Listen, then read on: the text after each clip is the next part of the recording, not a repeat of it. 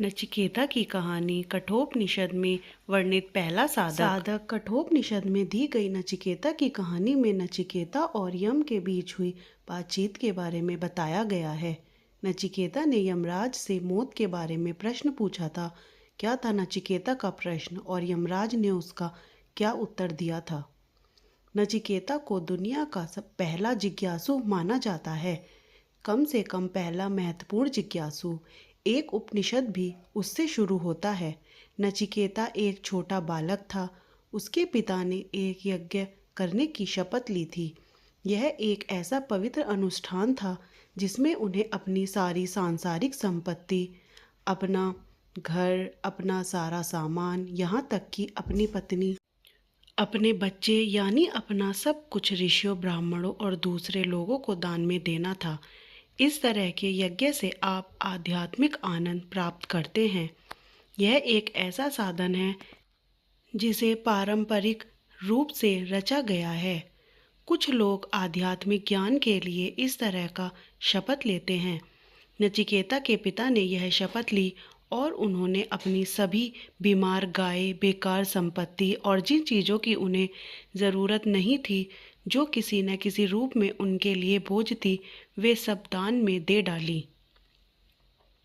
उन्होंने खूब दिखावा किया, मगर जिन चीज़ों को उन्हें वाकई ज़रूरत थी, जैसे अपनी दोनों पत्नियां और बच्चों को, उन्होंने अपने पास ही रखा। नचिकेता को यह सब देखकर बहुत दुख हुआ। उसने देखा कि उसके पिता ने ईमानदारी नहीं दिखाई। उसके पिता ने शपथ ली थी कि वह सब कुछ दान में करके आध्यात्मिक आनंद प्राप्त करेंगे, मगर उन्होंने चालाकी की। नचिकेता अपने पिता के पास गया और इस बारे में उनसे बात करने लगा। उसकी उम्र उस समय सिर्फ 5 साल की थी, मगर उसमें असाधारण समझदारी थी। नचिकेता ने अपने पिता से कहा, आपने ठीक नहीं किया। अगर आप सब कुछ देना नहीं चाहते थे तो आपको यह शपथ नहीं लेनी चाहिए थी। एक बार शपथ लेने के बाद आपको सब कुछ दे देना चाहिए। मुझे बताइए कि आप मुझे किसको दान करने वाले हैं?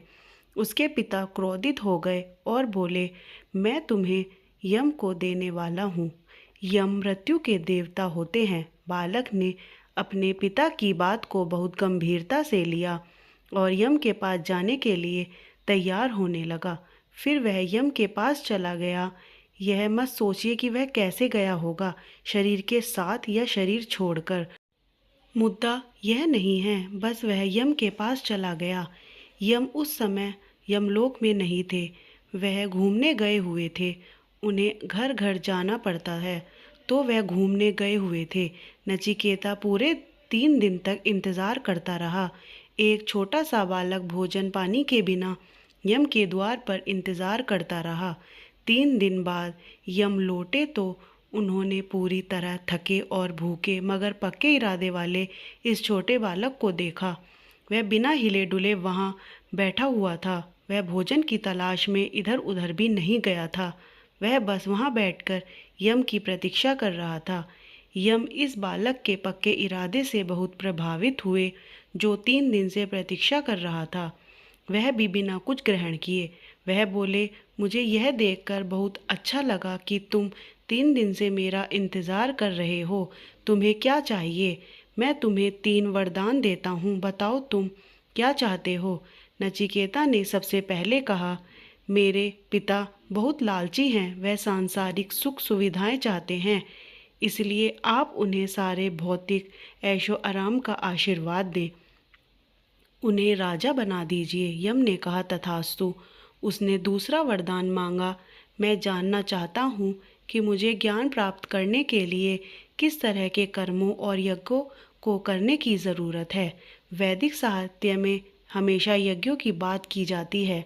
सारा वैदिक साहित्य ऐसा ही है यज्ञों के बारे में। यम ने सिखाया कि उसे क्या करना चाहिए। फिर नचिकेता ने उनसे पूछा, मृत्यु का रहस्य क्या है? मृत्यु के बाद क्या होता है? यम ने कहा, यह प्रश्न तुम वापस ले लो। तुम मुझसे और कुछ भी मांग लो। तुम चाहो तो मुझसे एक राज्य मांग लो, मैं तुम्हें दे दूंगा। मैं तुम्हें धन दौलत दे सकता हूँ। मैं तुम्हें दुनिया के सारे सुख दे सकता हूँ। वह बोलते रहे, तुम मुझे बताओ क्या चाहते हो।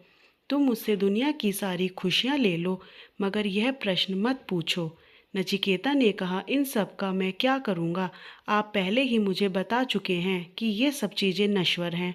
मैं पहले ही समझ चुका हूँ कि सारे क्रियाकलाप, लोग जिन चीज़ों में संलिप्त हैं, वे सब अर्थहीन हैं। वह सिर्फ दिखता है, वह हकीकत नहीं है। फिर मुझे और धन दौलत देने का क्या लाभ। वह तो मेरे लिए सिर्फ एक जाल होगा। मैं कुछ नहीं चाहता, बस आप मेरे प्रश्न का उत्तर दीजिए। यम ने इस सवाल को टालने का हर संभव कोशिश की। वह बोले, देवता भी इस प्रश्न का उत्तर नहीं जानते। मैं तुम्हें नहीं बता सकता।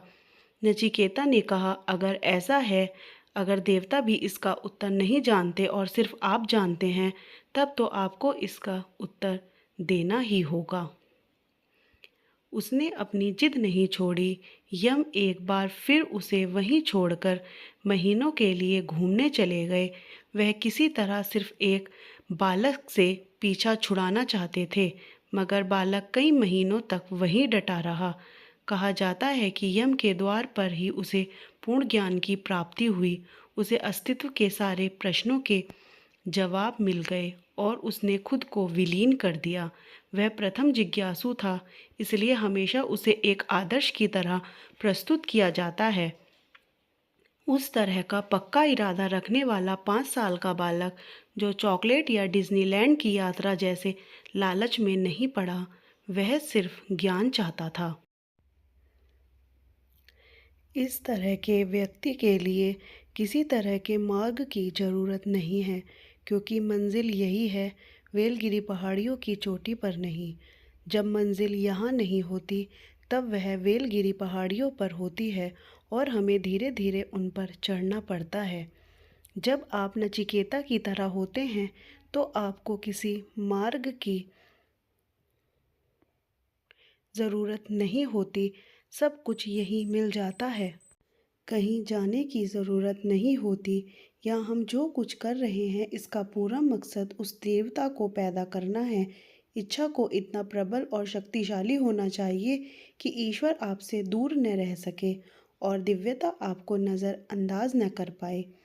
ऐसा नहीं है कि दिव्यता आपको नज़रअंदाज करने की कोशिश करता है, मगर आपका मन और लाखों अलग अलग तरीकों से वास्तविकता पर पर्दा डालकर उसे अपनी आँखों से ओझल करने की कोशिश करते हैं। चाहे आप कर्म के पथ पर चलें या ज्ञान क्रिया या भक्ति के पथ पर, आपकी तीव्रता ही आपको इन रास्तों पर आगे बढ़ाती है, न कि खुद ये रास्ते। अगर तीव्रता न हो तो कोई क्रिया कुछ नहीं कर सकती। जब तीव्रता इन क्रियाओं में आ जाती है तो उनमें आपको एक अलग आयाम तक ले जाने की शक्ति होती है। यानी यह क्रिया नहीं है जो आपको रूपांतरित करती है, बल्कि आपकी तीव्रता आपको रूपांतरित करती है। जब आप में ये तीव्रता होती है तो क्रिया एक ज़बरदस्त सहारा है जो उस तीव्रता को और बढ़ाता है। क्रियाओं का सारा मकसद यही है। चाहे आप किसी भी मार्ग पर चलें, पथ का अनुसरण आपको कोई ज्ञान प्राप्त नहीं करा सकता, जब तक कि आपके अंदर वह तीव्रता ना हो।